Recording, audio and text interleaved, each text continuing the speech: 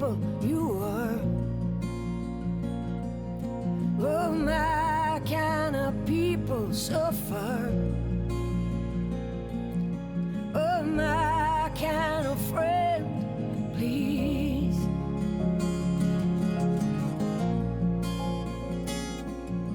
Be my kind of people indeed. So we are at our friend Laura's, who is actually our first breast cancer interview that we did. She's the first one of the women who were dealing with breast cancer that we talked to, and we shared a little snippet of that on our breast cancer awareness event. Some of you saw it. If you're watching on our YouTube channel or Instagram, you may not have.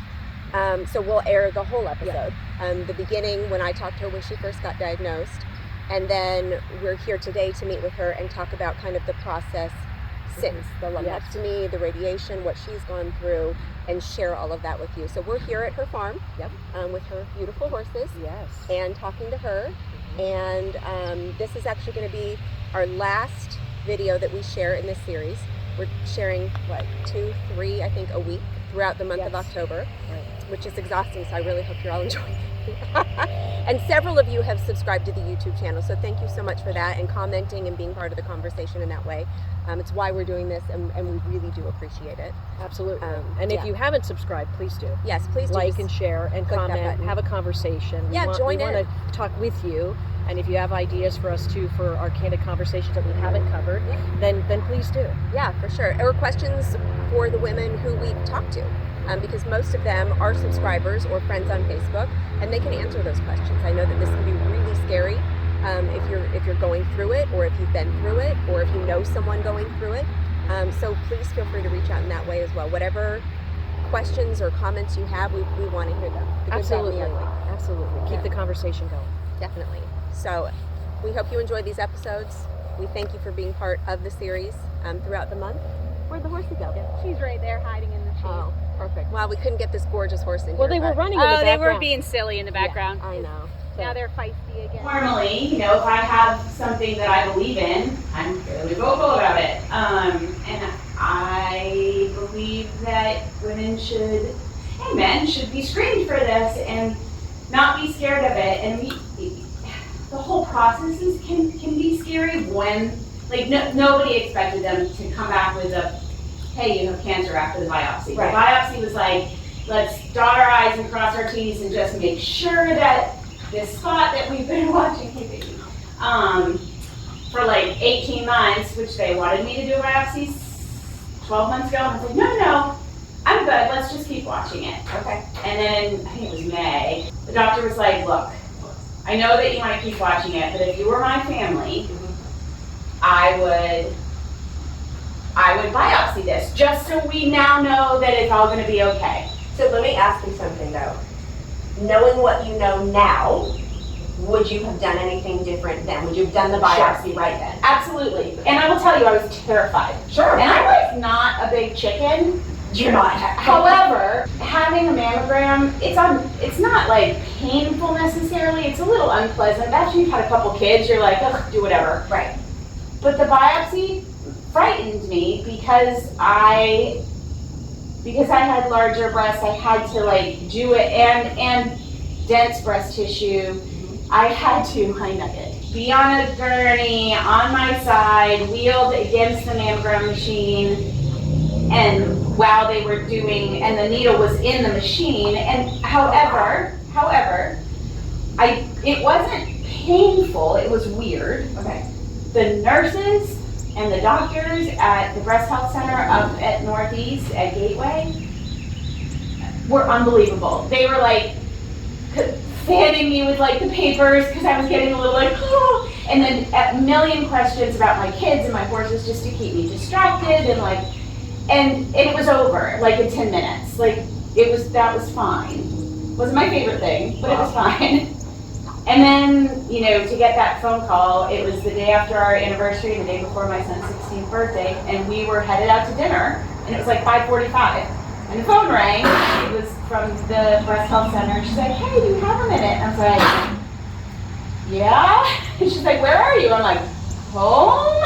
Yeah. And then she's like, well, you can probably guess what I'm going to tell you. And I'm like, are you kidding? Like, it floored me. Like, it was not even on my radar to be worried. Sure. And then I was like, oh. And I took the news pretty well, and I told my husband, and I was like, okay. Yeah. Stow it, right?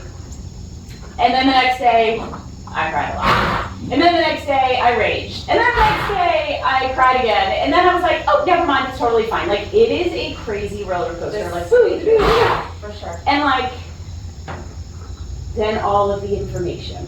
There's so much information, which is good, right? Like, But overwhelming. it's overwhelming. And here's what I have learned. Please don't do that. Every single woman has a very different path, journey, and treatment plan. Even if, like, I've talked to other women, they're like, oh, I have what you have, but here's what they did for me. Yeah. Every single year, new research comes out. Every single year, it gets better and better. Every single year, the recovery and, I guess you can't say cure, but like cancer-free, that all of that, those numbers get better. Yeah. So they are working on less invasive ways of treating breast cancer that gets you back to life faster. And Levine Cancer Institute up at Northeast is where I'm going. And I have a team of doctors, I have a nurse navigator, there's somebody to help you with insurance. Like, you're not alone, but it is your journey. So like, all the advice, everyone's like, be strong, you got this, you're tough, kick ass. And sometimes I'm not tough. And sometimes I don't know if I'm gonna kick ass. So like, yes, I'm strong, but sometimes I just wanna like hide in my house or hide in my barn and pretend this is not happening. Which is so valid, though. It's so valid. You're allowed to not be strong. You're allowed to be weak. You're allowed to cry and be pissed and yell. And I'm really good at being angry. Right? Well, then do that. It's a lot. Well, and you were brave too to share your story too. When you were ready, you shared it, and I think I hid it for like 3 days, and it ate me up. 3 whole days, Laura. I know, but I suck at lying. I would never be a good poker player because I just cannot. Like, it's all here. Right. And it was making me sick to my stomach because people were like, hey, how you doing? Fine. Yeah. I have cancer. You really want to know? Right. Like, Well, nobody really wants to know when they ask that Right. question, do they? Right. How's Nugget? Good. You're right, yeah. Right, Ask me about my horse. Yes. That's the new t-shirt. Ask me about my horse. Don't ask me about me. Well, I like the t-shirt that said, it's fine, everything's fine, it's all fine. That's my theme song. Yeah, totally. So we did our interview. Yep. Right after you got diagnosed. Yeah. God, it feels like a lifetime ago, but It it really was. was not that long ago. No, it was like was in 1,000 years July. ago. I got July, the phone August, call. September, Yeah, and October, now we're so in 3 October. months. I literally got the phone call. And I'm like, hi. She's like, so where are you right now? I'm like, home? She's like, are you alone? And I was like, I can be. Right. She's like, so you can probably guess what I'm going to tell you. I'm like, not really. Yeah. Because they had been watching it for 18 months and it didn't change size. It didn't get any bigger. You know, I've been going to my regular mammograms because there's a history of breast cancer in my family. And the third 6-month appointment, so 18 months from when they first saw it, the doctor was like, listen, I know you don't want to have a biopsy, but if you were my family, I would tell you, let's just put this thing to bed. Let's get a biopsy, put it to bed. I don't think it's anything scary, but I can't 100% tell you that because it hasn't changed size, but I don't love the shape of this little, tiny little dot. And I was like, fine, whatever. I'm so stubborn. I'm fine, everything's fine. Very inconvenient. Yeah, very inconvenient. Clearly I have no time for this. Yeah. The biopsy was terrifying. I will not sugarcoat that. It was not fun. Mm-hmm. Okay. Because Do they give you anything for the... I mean, if I had asked for like a sedative or whatever, but you know me, right? Yeah. We're horsewomen. We're Drove fine. myself there. I'm gonna be fine. What's a big needle in your boob? Did they numb you? Yes, and I have got to give mad props to Atrium, the Breast Health Center, the nurses, the doctors, the women that check you out, just incredibly warm and incredibly kind. I mean, I guess I've had a couple kids, so whatever. Your body is not your own anymore. You're like, here, do whatever you want with it. But at the time, my breasts were still humongous, so they put me in a a wheelchair kind of, and they roll you up to the mammogram, because in my head it was just a doctor putting a needle in, pull it out, no big deal. Yeah. Well, it is not like that. At least it wasn't for me. Okay. So I'm a little claustrophobic. Like, I don't love being like in tight spaces. So they roll you in, they flop your big old boob up there. It is just not like, there's no humility. No humility anymore. None. I have no humility. It's like whoop, and then they smush it like a regular mammogram. And you're sitting. And you're sitting because Okay. you're not standing. Because I mean, when I tell you I have to be so still, here's what freaked me out. It did not hurt. It was just the idea Mental, of yeah. it. So they numb you. Okay. And Did that then, Did the numbing hurt? Nope. What? No. Okay. None of this hurts. Okay. Now, do they numb you before they flatten your boob, or do they flatten your boob first and then numb you? Because that pain right there might trump. I don't remember. Okay. Honestly, that's weird to say, but I don't remember. So like they clean it, they a little lidocaine, you're good to go. It's not fun, but it's not like in the scheme of lots of injuries with horses and having babies, it's like, eh. But then he says to me, you're going to hear what sounds like a mousetrap. Oh, That's the machine inserting the needle. God. Cool. You don't feel it, but you hear this pop, and you can't move. Here's what freaked me out, and God bless the nurses. She stood right in front of me and fanned me and asked me about my horses and teaching and all the things that meant my kids, things that make me happy. Because for what feels like a long time, but is probably 2 minutes, maybe not But quite. that's a long time. I can feel The like needle forever. is, you're attached to the machine with a needle through your breast. Like so the needle is like poking around, pulling stuff out. You don't feel it, you don't see it, you don't hear it. Okay. When's the pop come? When The pop just comes the initial boop in. Okay. So, but knowing in my head that I was attached to a machine with a needle. And couldn't move. However, the lovely doctor, he's like, Laura, if you say I'm freaking out, in split seconds I can attach everything. Okay. Well, that gives you a Safe word. Safe word. So it's like, so a lot of breathing, a lot of fanning, and then you're done. Okay. And then, so I cried. I was like, this is not fun. They're like, no, baby, it is not fun. Oh. But in my head, I'm like, dun, dun, dun, dun, dun. And then the phone call. Yeah. And I'm like, so Scott was sitting on the couch, and I walked out of my office. I was like, so, hey, you guys you ready to go to dinner? He's like, yeah. I was like, so, and by the way, I have cancer. Of course you did. He's like, wait, what? I was like, yeah, the biopsy came back positive. Let's go. Let's go to dinner. And who's in the living room at this time? Nobody. Just Brody's you and Scott. upstairs. My parents are gone, just me and Scott. Okay. So Scott's like, of course, like, oh my God, what do you want to do? Let's cancel dinner. I was like, no. We have been trying to go to this restaurant for dinner for 2 years. We're going. It's COVID. It's we are going to dinner. So we went, and we had drinks and food and appetizers, and we just, at that point, I was not ready to have a conversation. Yeah. Well, fair enough. Understandable. So like we talked about the weather and kids and going to DC and all these things. And then I came home and I lost my shit. Well, I can only imagine. Like, And I did. I sat, of course, because my comfort spot is my barn. Yep. I sat with Nugget and I was like, yeah, I don't know who's going to take care of you when I die. right? Well, Right? Like, and I'm fine. Yeah. I'm not going to die. Sure. Right? Like, we're all going to die eventually. But I'm that's not where your dying head right goes. now. But nobody knew anything. Nobody could answer what stage. They kind of knew how big it was. But it's very interesting. In my head, I thought biopsy answers. Right. And it doesn't work like that. yeah, No. you would think, because they know the size of it, they see the shape of it, now they know what it entails, so why wouldn't you be able to? So what they could tell me, it sounds super scary, but it was invasive ductal carcinoma. Mm-hmm. So there's 2 types. So if I get this right, I hope I do. If I don't, I'm not a doctor. I don't pretend to play one on TV. But stage 0 is when you have in situ, SITU, which means stays in place. You can have cancer in your cells that haven't left the cell wall, cell membrane, cell walls in plants, cell membrane. Invasive ductal carcinoma is when that cancer has broken through the cell membrane and is in the other spots. And that's what I had. Okay. So immediately, because I have had, I won't even say a love-hate relationship, a hate-hate relationship with the size of my boobs, because I'm an athlete and they were gigantic, and they're still bigger than I want them to be. However, I'm hoping the swelling goes down soon. I was like, just take them off, just chop them off, done. I don't want these anymore. They have done me no good, and they're trying to kill me, and I am done.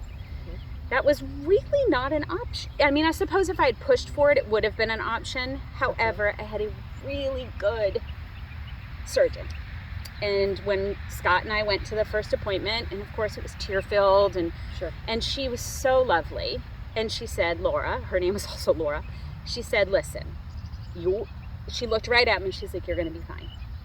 And I was like, well, how do you know? How do you know it's not everywhere else? She said, we don't have any indications that that it is anywhere else. You're not having any problems. We found it very early. It's very small. It sounds super scary. It is scary, but it is not like as scary, I guess, as it could be. So she like drew us a picture so we could understand and all of that. She was lovely. And then you sort of just wait a little bit. And then after the lumpectomy, which was the first surgery, so everything happens really quickly, right? I got diagnosed the 20th of July. August 26th was my lumpectomy. And that's when I got the most information. And it was fairly scary, but not, I mean, at that point I was like, let's go. Let's get her done. Like, I want it out. So going back to my option, she said, you can actually get what's called an oncological reduction. And I was like, oh, what's that? Because I said, just chop them off. And she said, honey, you don't need to. And that's major, major surgery with drains and recovery. And honestly, it's COVID. And right now I can't promise you that there'll be a bed for you in the hospital. Like, if you don't need to do that, you have options. So I could have just had the lumpectomy and radiation. However, my breasts were enormous and had very dense tissue, which makes mammograms and ultrasounds very difficult to detect things. So she said, she gave me this option, an oncological reduction, which I chose. And there was a law passed in 2011 that said, regardless of insurance has to pay for the woman's choice. So they have to pay for reduction, reconstruction, lumpectomy, whatever you choose. Even if you go super aggressive, they have to pay for it. So, and I'm very fortunate. We have insurance. It still is incredibly, ridiculously expensive to go through all of this. But I believe, talking to my friends who are nurses, that there is help for women if you don't have insurance or you can't pay your copays. But I've been really fortunate that that's not been my issue. So I had the lumpectomy, and that is where they take, so she was able to be more aggressive with the margins around the tumor because I knew I was getting more breast tissue removed. So she took, actually, the tumor is like 2 centimeters, 2 millimeters, I can't remember which one. But she took like a fist size tissue out of my breast and lymph nodes. So I had, at the time, a big scar here and a 6-inch scar here and maybe a 3 to 4 inch scar up under my armpit. The scar on my breast did not and does not, well, it's gone now because the second surgery cut it out, hurt. The most painful part of that was actually the lymph node removal. And that's where they had to check. Now, if it had been in my lymph nodes, I would have had to add chemo. It was not, so I don't. No chemo. No chemo. Radiation, and then a pill for 5 to 10 years because my cancer is fed by hormones. I also found out, yay, I'm postmenopausal. At 51, I am done. I'm like, bye. So, so that actually benefits me because the hormone blocking medicine that you take for 5 to 10 years, like tamoxifen I think is the most common one, but that's for premenopausal women, and it does have some funky side effects. Though the medicine that I get to take doesn't have a lot of crazy side effects. So, and the ones they do, like hot flashes and weight gain, like, sister, that's my life. So I'm like, whatever. But after that first surgery is when they really officially stage and cure cancer. So mine was, if I remember right, stage 1A invasive ductal carcinoma. But she got all of it. And then the reason they call the reduction oncological, and that I was grateful that I was having the oncological reduction, because otherwise, again, because of COVID in the hospitals, I probably wouldn't have been able to have just a regular breast reduction, but it was part of my cancer treatment, so they allowed me to have it. They take the remaining breast tissue that they removed, and that all came back clean too. Okay. So they biopsy everything. Everything. And the lymph nodes were clean. Everything was clean. So, Wow. and I got tested for the BRCA 1 and 2, and I actually had a genetic test. I think they tested for 36 markers, not one. That's amazing. So I have like hit, sounds weird to say this, hit the cancer lottery. Yeah, in terms of like what. So, yes. So no chemo, which is a blessing, because I like my hair. Yeah. So I really, although there's now cold caps, there's other therapies, there's been so much happening in breast cancer research that's made it better, for lack of a better word. So now I go to radiation. I started Monday. Okay. The other thing that the reduction allowed me to do is, instead of a 6-week, 5 days a week for 6-week course of radiation, I have less breast tissue. So it's 5 days a week for 3 weeks. Okay. That's amazing. Which is amazing. Now, when they do radiation, are they just targeting the area or are they So targeting I all thought of it? in my head there was like a beam going right here, Right. but that's not true. Okay. So the first radiation marking appointment was the week before radiation started. And that was really long, and it's not painful. Nothing hurts during it. It's just a little overwhelming and kind of scary, right? You're in the basement of the hospital. You're in kind of like this dark room with a big CT scan around you, but it's open. So if you're claustrophobic, it's not terrifying. But they lay you on a surgery table, so it's like rock hard, like the table you lay to get an x-ray. Yeah. And for me, because it was on my left side, they make a cast, sort of, like a holder for my arm to hold it in the exact same position. And then see these little X's? Oh, yeah. I have them all over my body. They mark those X's so they line me up properly every single time. So how many do you have? Well, one fell off, and they said if it falls off, don't worry about it. Yeah. Don't put it back on, because I will not get it in the right space. Yeah. So I think I have 4. Okay. So that first marking appointment is a lot of it took about 45 minutes. So I laid there on the table. Again, you have no humility because you're bare chested. And these machines are all around you, and they take pictures, they take x-rays, they take a CAT scan to find out, because of where my breast cancer is on the left side, my heart and my lungs and ribs, if it's in your chest, obviously. And then I have to do a specific breathing technique during my radiation, which I guess kind of harkens back to like having a baby, right? Right. But this is, I asked him, I'm like, well, how do you not radiate my heart? And he's like, so it's super low tech. We ask you to hold your breath.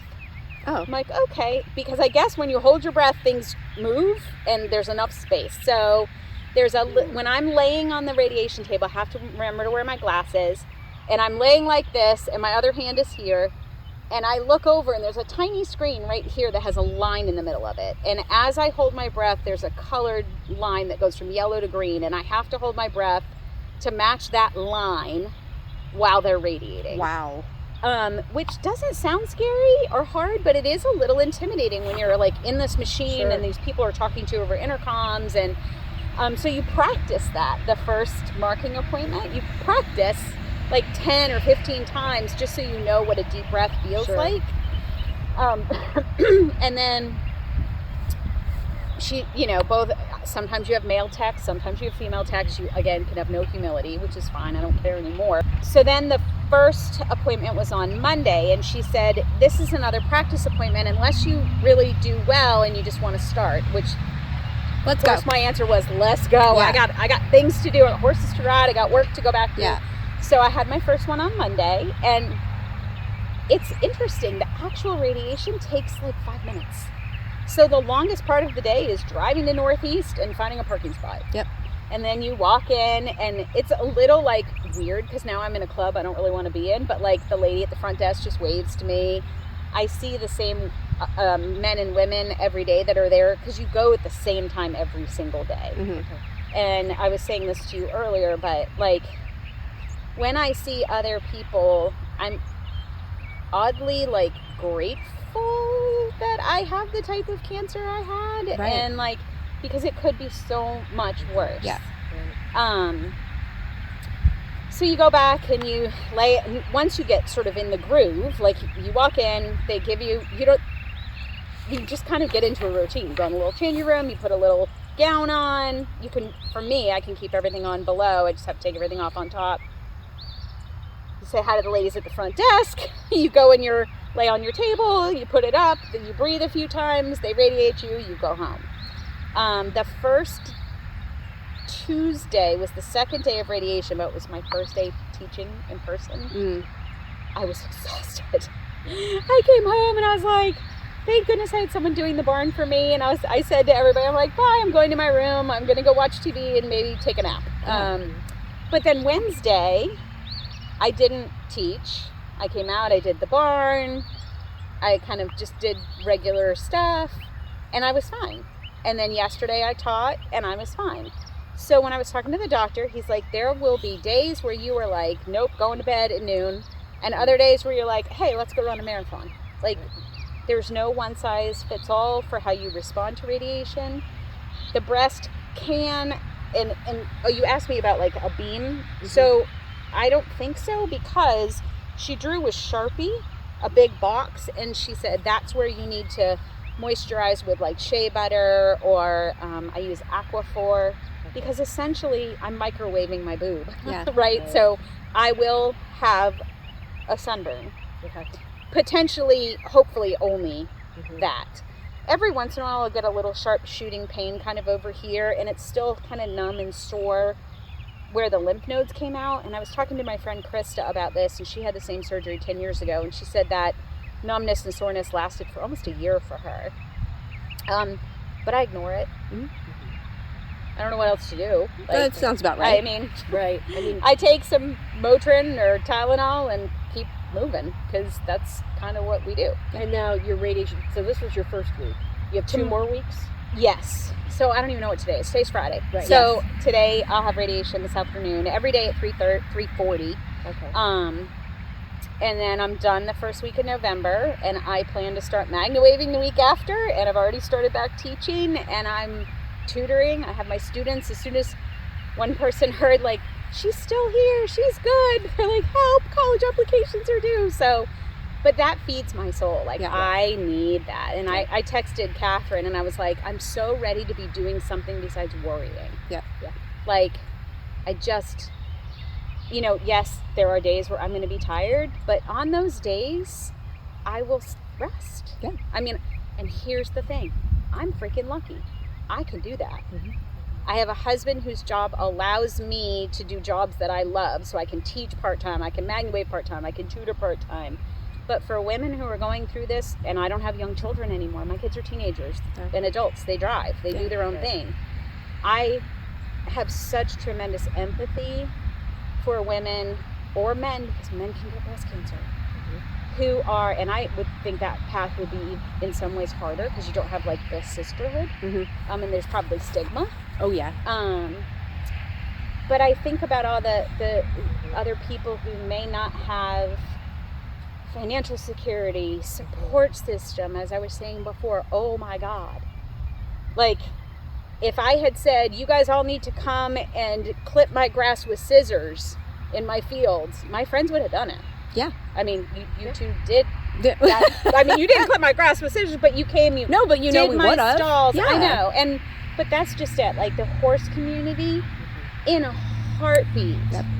As soon as I said, okay, I'm waving the flag, like, I need help.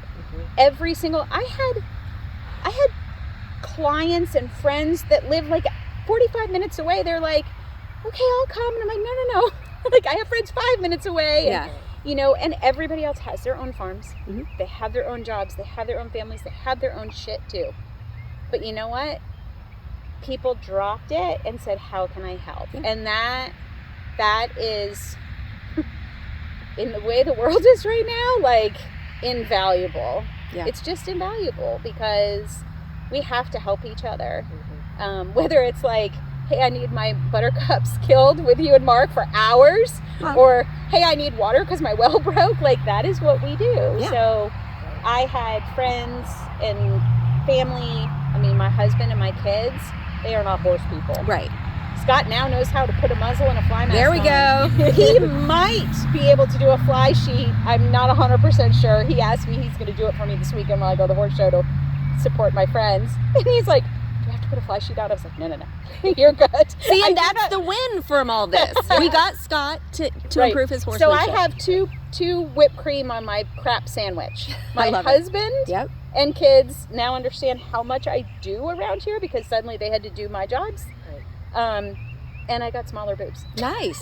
Okay. I'm like, listen, I will take whatever win I can get right now. So, And it's an easier treatment than a lot. such an easier It's treatment.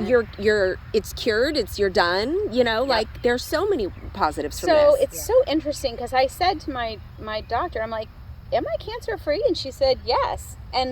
But here's the scary part.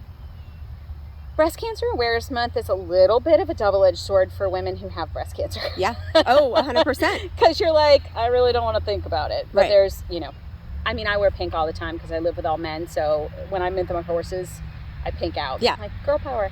But there is, sometimes I don't want to think about it. Of course.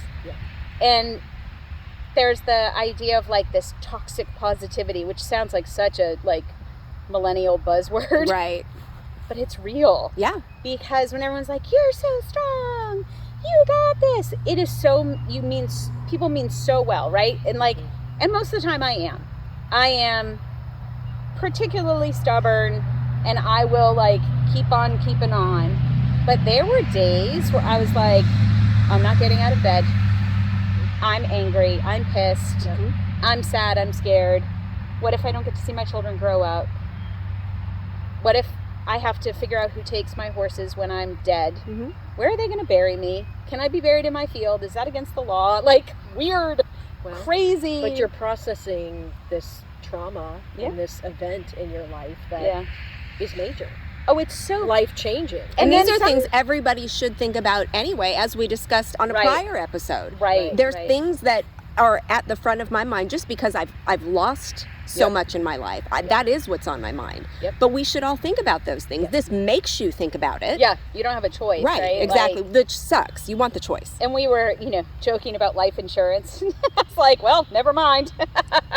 I can't get it now. Although I suppose I could, but it, I don't know. It's been most days I am completely fine. And if you text me and say, how you doing? I'm going to text you back, I'm doing good, The truth is, by the end of the day, if I'm physically active all day, I was just in DC visiting my son. Yeah, I saw that.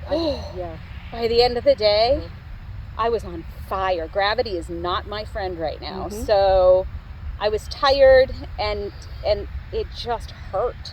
And it was like a dull pain. Tylenol was not going to touch it. I think I need to invent an ice bra. It's a freezing cold bra that you wear when you after surgery, or God help you when you're nursing a baby. When you get there is something like that. That's what I should have bought you, not a stupid t-shirt. Oh, I like my t-shirt. I like your stupid but t-shirt. But have a cool gel bra. Yeah. I'm sure there's. I'll check Amazon. If not, please invent it. Okay. Yeah. In my spare time. Yes. I've got it. Totally. I am such an engineering mind. Same. I'll write you a story about Okay. a bra. I'm an Sounds English good. teacher. I don't engineer things. But it was just I realized that I still have limitations. Mm-hmm. I'm not magna waving yet, even though I'm teaching, because the machine weighs 50, 60 pounds. Yeah. And when I'm on my feet for 4 or 5 hours, it hurts. I get sore, I get painful, I get tired. But Catherine is a superstar, and you guys are a great team. dude, I'm so lucky she is my friend and my business partner. She broke her hand, drove her and her horse home 7 hours from Kentucky, and magna waved the next morning. Wow. Because we had clients and I was out. And I was like, you know what? There is nobody on this planet that I would rather trust my business relationship with than, That's invaluable. it's my horse friends and my I call them my mom's club friends. Our oldest children are all the same age. Mm-hmm. And we've known each other for 20 years. They're my family. Yeah. And they had meals. They grocery shopped. They texted me every day. They, you know, like my sister, my brother, my parents, like You have an my amazing uncle, support like, network. I am so lucky. Mhm. I have incredible support. I do. Yeah. And, you know, Scott's working full time, trying to figure out how to clean stalls, but now he's OCD, so my stalls are super clean I when love he it. cleans them. Perfect. My water buckets are very, very scrubbed. Sometimes the halters are backwards, but that's okay. Nugget doesn't care. And, you know, that piece of it, I'm like, if this is the universe's lesson to me to like, hey, slow down, pay attention, be grateful, message received. So that's your takeaway. Yeah. Well, and the beautiful thing is too, what was given to you, you would freely give. Oh, in a heartbeat. Yeah, exactly. And it's In just, a it's just heartbeat. beautiful to see. And when you were talking about something, it got a little chills. Yeah. Just I love where we live. Oh, me too. Well, yeah. Worse on Oh, our down road. school Yeah. too. I know. Yeah. Oh, thanks for that. That Yeah. was. Yeah. He's really Impressed. cool. Yeah, I know, right? Super So he's a regular. Oh, every day. Except for the tiny wiener. Yeah. I will say it has desensitized my girls because they're like, whatever. I love too that you were able to go to DC and Yeah. your pictures were fabulous. You look beautiful. You look like you were so much fun. and that was, I think that was wonderful. Well, and the sad part was I couldn't take him. Mm. And like Owen and I kind of share a brain. We're the same person. Mhm. And we're very close. And it like made me kind of sick that I couldn't move him into this apartment in DC and like Because that was right as this started. Yeah, that was right in the beginning. But Scott took him and they did great, and Brody stayed here and helped me, and everybody came and helped in the farm. And so like I think having something positive to look forward to, like it was a month after my second surgery. I didn't have to lift anything. I didn't have to do anything. I drove for a little bit. That's fine. I can drive. Yeah. It's a little scary to have the seatbelt across because I look like Frankenstein's monster. I have massive stitches. Yeah. Well, they're gone now, but I have scars, but I don't care. But having something positive to look forward to, and then being able to get on Nugget again. Now, how much longer till that happens? I mean, in theory, I could do it right now, but I in my head, want to wait till this is all over. I don't want to bring any emotional baggage Yeah. to my riding Mhm. because the trust that she and I have with each other, Mhm. and she gives me exactly what I need, and I don't want to, it sounds ridiculous, but you're horse people. I don't want to place that burden on Nugget. That To doesn't make sound me ridiculous happier. at all. Like, when I sit on her, I want to be like, let's go, sister. Yep. Like, let's go for a trail ride. Because the radiation is going through the left side, obviously I have to watch my heart. It will go through my ribs and can make them more prone to fracture. So I'm an eventer. I ride in a vest when I do cross country. I probably will be more cognizant to put that vest on, even flatting. She's very quiet and I trust her implicitly. But I am 51. I am now a cancer survivor. Yeah. I have a family that I have a responsibility to stay safe and alive for, so I'll probably have to add that in, but okay. Yeah. Right. That's Yeah. not that big of a deal. It's a lot. Thank you so much for sharing this with Yes. us. I'm Honestly. an open book. I'm like, what do you want to know? Well, then you were the first one that I talked to, right? And we shared Yeah. the little snippets. Yep. And you're going to be the last one that we share because we'll be able to do the before and after. And so many of the women, not just who came to the event, but that we interviewed, saw yours. Jenny actually was like, I'm pretty sure I had the same woman that Laura had because I had the same conversation. Are Yeah. you alone? Are you sitting down? We know what I'm going to say. Yeah, and I'm yeah, like, yeah. I hate that chick.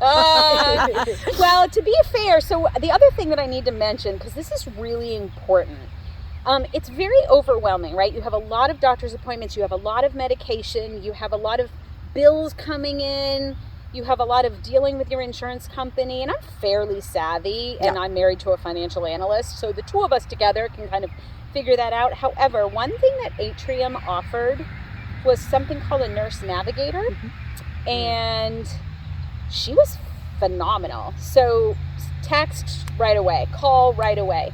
If I had a question of what to expect at this appointment, what does my insurance cover? Do you know how much a copay I've paid already? I'm feeling a little scared. Can you just talk to me? You have her. She's your person. That's amazing. I love that. And what a cool job, right? Yeah. Like, and so she is an experienced RN but she is my advocate. She is my person. So ATRAM does a beautiful job of, they text you ahead of time, you have this appointment with this person at this time, this is what you need. And most of the time, all of the departments talk to each other. Oh, that's great. Which is great. Right. Like my plastic surgeon, my oncology surgeon, my oncologist. I have so many doctors right now, I can't. And most of them are women, which makes me happy. And most of them are younger. And I want that sort of, I value experience, I do, but I also want that fresh perspective that like, hey, have you thought about this? I didn't know that was an option, right? Yeah. Like it used to be double mastectomy, chemo, Yep. like, and now there's so many options. And when you, again, there's that double-edged sword of like, you're part of this community and sisterhood, and sometimes it's terrifying because almost like when you have children or you're pregnant for the first time and everybody tells you their story about their delivery, or and you're like, oh yeah, like ignorance is bliss, like I don't want to know. Yeah. It's a little bit like that with cancer. And everybody means very well, but there are times where somebody's like, yeah, I thought it was gone, and my fear is that it comes back. Sure. Does it come back in the other breast? Does it come back somewhere else? Right. I know I don't have a ticking genetic time bomb, but is it environmental? Is it stress relief? I don't know. I'm not a doctor. So what's your plan? Do you have one? I mean, ish. Okay. I'm not a big drinker. I loved wine for a really long time. It now upsets my stomach. There's some evidence that alcohol and sugars and well, I'm sorry, I still have M&Ms. I'm just not going to give that up. It's not happening. And I am going to have a glass of wine when I'm with my friends, but I guess I'm more cognizant of it. I'm very cognizant of like sun exposure and skin cancer and other, because anything is, it's all possible, right? You Sure. never know. You can't walk around in a bubble. But I'm very careful. I'm extremely careful with COVID protocols because although I don't know that radiation, that was one of the precursors for me getting a booster. But I think chemo would affect your immune system more. Yeah. But like, I'm really careful and thoughtful about like where I go and who I see and the protocols that I take care of, because I don't want to add something else to my plate. Right. Now, are they going to check you more often than they would me? Yes. So I have, let's see, I have an appointment in a couple weeks with the lymphedema, just like when our horses get cellulitis and lymphoditis and all that, because they took lymph nodes out. I don't have any swelling, but they did this really cool, like, they checked for the amount of fluid in your body at the beginning, and they'll check against it to make sure I don't have swelling somewhere. That's very painless. You literally stand on what looks like a scale. I don't know how it works. It's like magic. And then I think every 6 months I see my oncologist. I have not started the post-cancer hormone blockers yet. They take you off anything that has hormones in it, so no birth control, nothing like that. And I see her in December. So after I finish radiation, after I'm totally healed, then I start that. Rude. I don't know if they're beeping at us or the horses. So that starts, and then that's like, they say 5 to 10 years. I'm almost certain she told me 10 years. Okay. So I was laughing with my husband. I was like, you know you're officially old when you have those Monday through Sunday pill things on your dresser to keep track of the medicines that you have to take. I've had those for years. Okay, I love but those things. I'm like, all I do is take Tylenol if I have a headache, and now suddenly I'm like, I have a Effexor, which is apparently an antidepressant, but I have it for hot flashes because the cancer, I mean, I have them anyway, but the cancer hormone blocker, that's a side effect. So I have that, and then I'll have my cancer medicine, and I'm like, oh. Well, and how busy you are, it's like you can't you can't remember. Did I take it? How Yes. many did I take? When did Oh I God! take? And Was then that yesterday? I or was that laughing today? because we, have to figure out like take it and leave the little pop-up thing open so you know you took it. Because if you shot it and it's empty, you're like, did I forget to fill it? Did I forget to? Well, Like, that's yeah. a whole other thing. And of course, the older I get, the better my memory gets. Well, clearly, and menopause and the Yes. menopause fog and Oh, it's yeah. real. yeah. It's So all I always real. say like. I used to say blonde over 40, a busy mom with multiple jobs. Now I'm like, oh gosh, now I turned 51 a couple weeks ago. A week ago? I don't know what day it is anymore. October 16th. A week ago. I'm like, I'm over 50. Yeah.